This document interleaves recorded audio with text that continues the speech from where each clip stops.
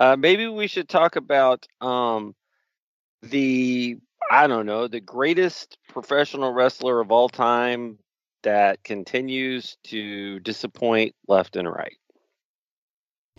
So, Doc, you originally brought this up with me yesterday, mentioning, did you see the, you didn't say it, these words, but kerfuffle with Flair and the pizza restaurant that he was at or whatever.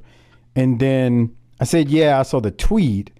And then today I get a message from Harper with a link to the video of Flair. And I'm going to paint this picture and just say, from the moment the video starts with Flair and this bartender, Flair appears to be drunk. I don't know that for a fact, but it just sounded like an old drunk man.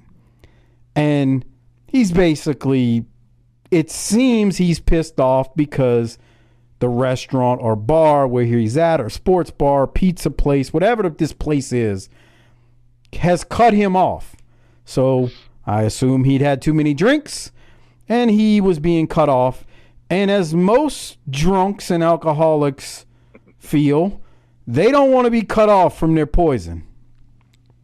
Is that an accurate assumption or an accurate portrayal of what you witnessed, Doc, as Flair then started cursing this poor guy out? I would replace poison with medicine, and I think we're good. All right. So can all three of us agree? Now, here's the tricky part.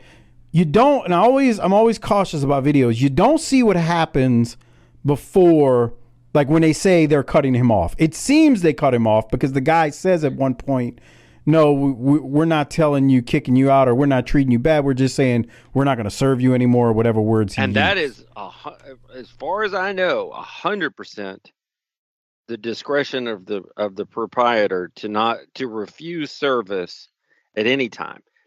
I'm pretty sure that's the case in Texas. I can't imagine it wouldn't be the same for Florida where they're at. All right. So he's cut off, and he's pissed off. He basically called the bartender, Let's hear it. Say it. I dare you. Nah, we're on YouTube, so I'm trying to be cautious with the amount of curse words here. But he wasn't happy, and he told him step outside, and the bartender's like, I'm at work, I'm not stepping outside. He goes, yeah, well, you're a pussy. Accurate so far, Doc, based on what you saw? Okay. Now, it need to clearly say here, the bartender and even the other coworker, they seem very, very calm. Like they're not being combative. They're not saying, F you, don't talk to me that way. They're just like, sir, you gotta go. I mean, you're being belligerent. You're acting like an ass. They're not even saying that. They're just like, man, can you just leave? Can you please leave? They're very, very, very calm. Would you agree with that, Harper? Yes, you're like, look, could you just go to the army and take on Dusty and shut up? All right. Flair's so drunk, he's offering $1,000 to one of the workers as a tip and basically telling this woman not to give him any of the tip or something close to that. There's a patron at the bar as well who's sitting 2 spots away from Flair. There's a guy in between Flair and this guy.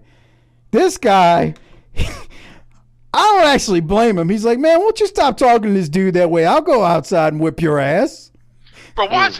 You see, fuck that guy. I thought it was funny. Mind your own business, pal. For real, that guy's just fucking throwing gasoline on the fire in this situation. I can't stand motherfuckers like that. I would imagine the bar staff is like, "You, sir, please. Yeah, we don't need your help. This is hard enough what we're doing, and we've got this." Right. This ain't a pie eating contest. Shut up. We don't need your help. Well, in fairness, the guy didn't like the way Flair was talking to the dude. So, I mean, like... I get that, so but it's what? still... So what? Yeah, it's just got nothing to do with you. Hey, look. All right. Just sit there and watch your fucking Tampa Bay Rays game. Where it is you fucking doing. All right. So, Doc, now that we've kind of walked through the scenario, and the video cuts off before Flair leaves, but what did you think about all this? My first thought was, how much did he have to drink to get to that point?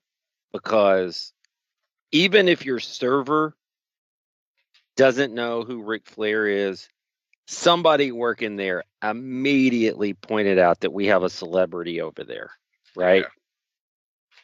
Yeah. Look, I've worked in restaurants, waiting tables and stuff, and like, you may not know who that person is, but I guarantee you somebody does, and we're going to know that that's a celebrity over there. And then the coddling starts from the beginning because we want them to have a good experience. And so for it to escalate to the point it's at, I can't imagine how much booze he consumed. And for a party guy like him to not handle it well, that's pretty ridiculous too. So I wanted to say this too, Doc, and then I didn't want to interrupt you, but I need to put this out there. Don't let personal opinions of what you think about somebody dictate how you think they would be in real life. Was at a restaurant one time. Bobby Knight came in and ate perfectly. Just a very nice, respectful, very generous with the tip. He was polite and just a normal dude. Christian athlete. That's I wouldn't go that far. No. But we talk about you judge people on how they treat you, and he didn't, throw a chair on the court while we were serving him. So, well, that's when he was at Texas Tech. Correct. Yeah. So, for the record, the way I found out about this was not the video. Obviously, I said. So here's what the tweet said. Flair still has not deleted this tweet. It said, "I spent $1,500 at Piesanos SFP to be disrespected more than I have in my entire life. More than I ever have in my entire life." Okay, Rick. "After taking 20 pictures with customers and staff, I was asked to leave because of an issue I had with the kitchen manager taking too long in the bathroom. I would highly recommend that anyone who wants to enjoy a relaxing time in Gainesville at a nice restaurant to never visit this place." Woo! Of course, he's got into it. Woo. Somebody named Fredericks I can't even say this last name, tweets out in reply and says, "I'm the manager of Paisano SFP sister location off Archer. Mr. Flair was being drunk and disorderly. He wooed directly into a blind grandmother's face after being confronted. He picked up furniture and swung it menacingly. We love you, Rick, but he was boogered." So here's the thing. Like, both of those tweets do not reflect what we saw in the video. But again, we didn't see everything in the video. We just saw the point at which it appeared right before Flair was told, "It's time for you to go, buddy. Take your stuff and get out of here." In which Flair then is being belligerent with the bartender. So, I don't know what to make of the manager of the sister location of this restaurant saying he wooed directly into a blind grandmother's face. I mean, that is like, I'm not laughing because he wooed into a blind grandmother's face. It's funny to read that in print going, he did what? Are you serious? That's funny, period, bro. It's like, funny. It's like, wait. Sitting there, and there comes Ric Flair. Woo! Now, I was with this guy when he said Mr. Flair was being drunk and disorderly, but when he wooed directly into a blind grandmother's face, that was something. And then they go on to say he picked up furniture and swung it menacingly. Who knows, right? Like, you don't know what the actual truth is. But Who gets drunk at a pizza place like this? An alcoholic. Answered that quick. I mean, it's Ric Flair. Does anyone think that it's not out of the realm of possibility for this guy? I mean, come on. No, you go me, but I'm not spending $1,500 to get drunk. Come on. Yeah, especially at a goddamn pizza place. Every time we go out to eat and Mrs. Doc orders like a margarita, I look across the table with that look on my face, like, what the fuck are you doing? Bro, oh yeah, bro. You I'm ain't not kidding. spending $12 for that. We can drink at home. Right. That's me it's like, every I did not time. come here for this. That's me every time we are out to eat, which isn't often, but it happened on Saturday because we were at my daughter's performance, and then after everybody's hungry, I'm like, yeah, sure, let's go get something to eat, and here we go. The Mrs. orders a drink. I'm like, why are you ordering alcohol? We came here to eat. So yeah, I agree. Hey, I'll make a special stop on the way home by the liquor store, get you whatever you need. But we're paying these marked up prices. Come on. Right, for some fucking well-brand bullshit. So get back to Flair. Harper, I did a lot of talking. Doc kind of gave his opinion. What do you think about all this? I thought it's sad seeing that video. Because he's in his 70s. And, man, I don't know about y'all, but like every bar has a guy like that that's up there in age. And they're still just getting drunk. And you feel bad for this fucking person. Like, you're like, damn, like what the fuck, man? But they spend enough money there that they're not going to tell them not to come. Right. I felt bad for him. And then I'm sitting there thinking, I was like, imagine how much enablers he has. That's a great question.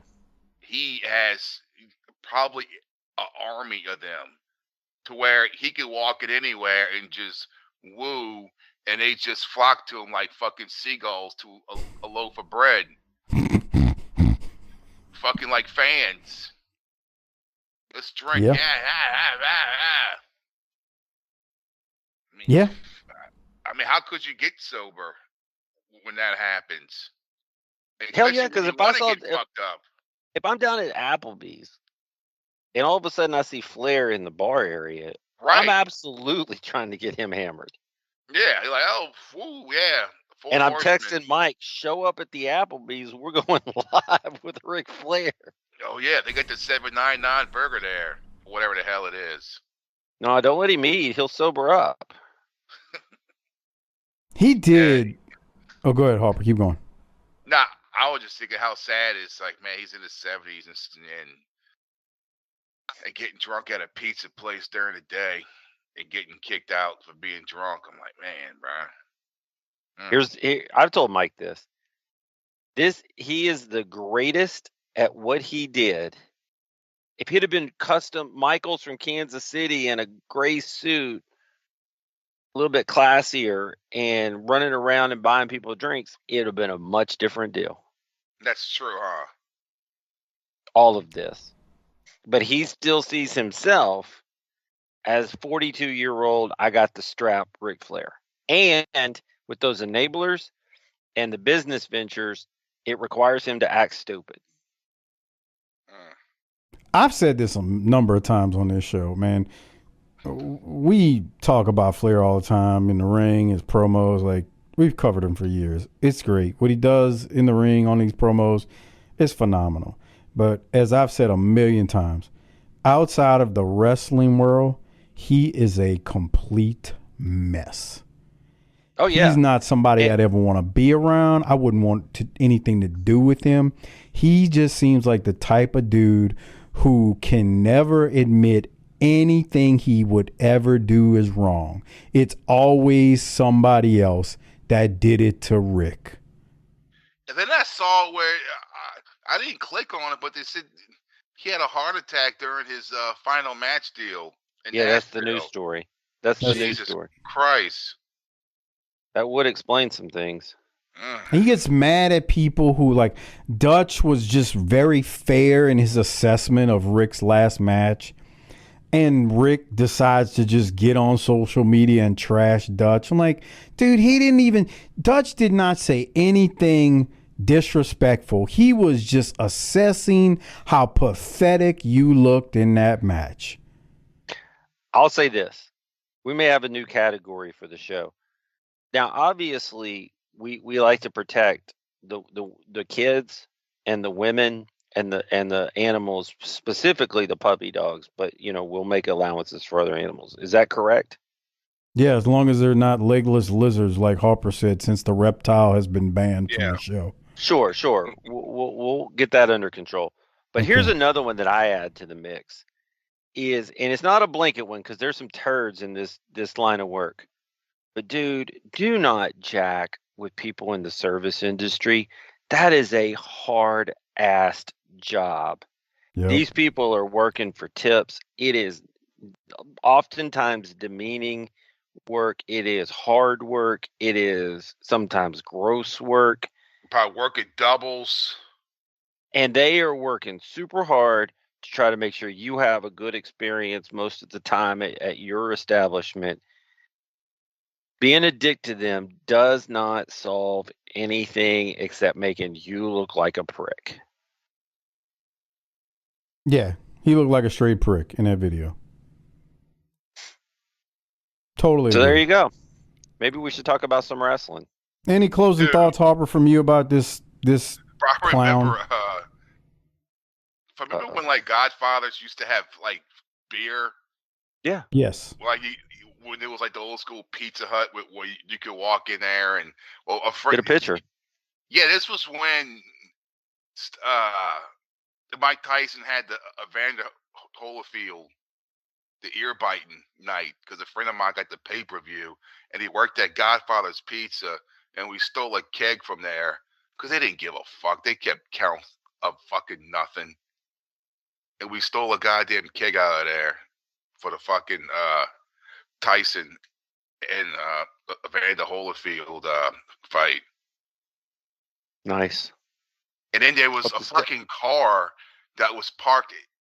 It was a dead car that was abandoned, right?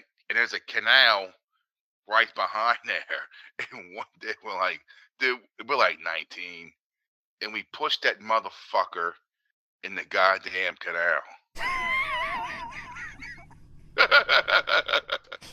How does this tie into Ric Flair? Because it made me think of drinking at a pizza place, and it made me think of that. Well, there you go. It was this old shit car that had been abandoned there. Fuck, we used to go over there. Was it the Jive Tones car? No. Harper, what canal did you push this in? The one like it off of Vets. No, bro.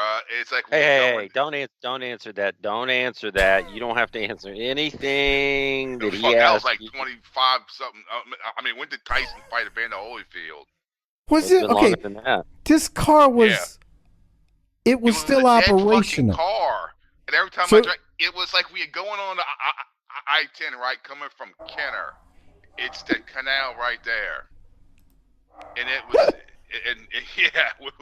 it was this old shit car that had been sitting there forever. Finally, someone's like, "We used to throw shit at it, right? You know, you were a dumb fucking little dickhead, like 18 years old, 17 years old, and you know somebody would fucking bust out the windshield, and it sat there forever. And finally, someone's like, bruh, you don't push that car in the canal?" I sure do. Yeah. We pushed that motherfucker in the goddamn canal. I haven't until you just mentioned it, and now I can't think of anything else. Mm-hmm. So the difference is Harper did it at 19 versus Ric Flair doing it at 75, getting drunk, eating pizza. Fuck, it could have been like 18. Fuck, right. I think it could have still been in fucking high school. All right, that's fair. It was. But okay, yeah, bro. Fair enough. Yeah, we pushed that fucking. I gotta fucking hit them up and ask them, hey, bro. Every time we pushed that car behind Godfather's Pizza in the canal. Was Randy a part of this? I I don't know. He may have been. Just curious. Matt Wilson in the Facebook group is going to love if Randy was a part of this. He loves when Randy gets mentions on the show. And Because so it was his people. All those nice Holy Cross boys. All right. Okay. Any other thoughts on Ric Flair being a belligerent drunk, Doc? I don't know. I think Harper said it's sad. It was sad seeing this old man all drunk at the bar and arguing with this guy. Really pathetic. It really was. Yeah.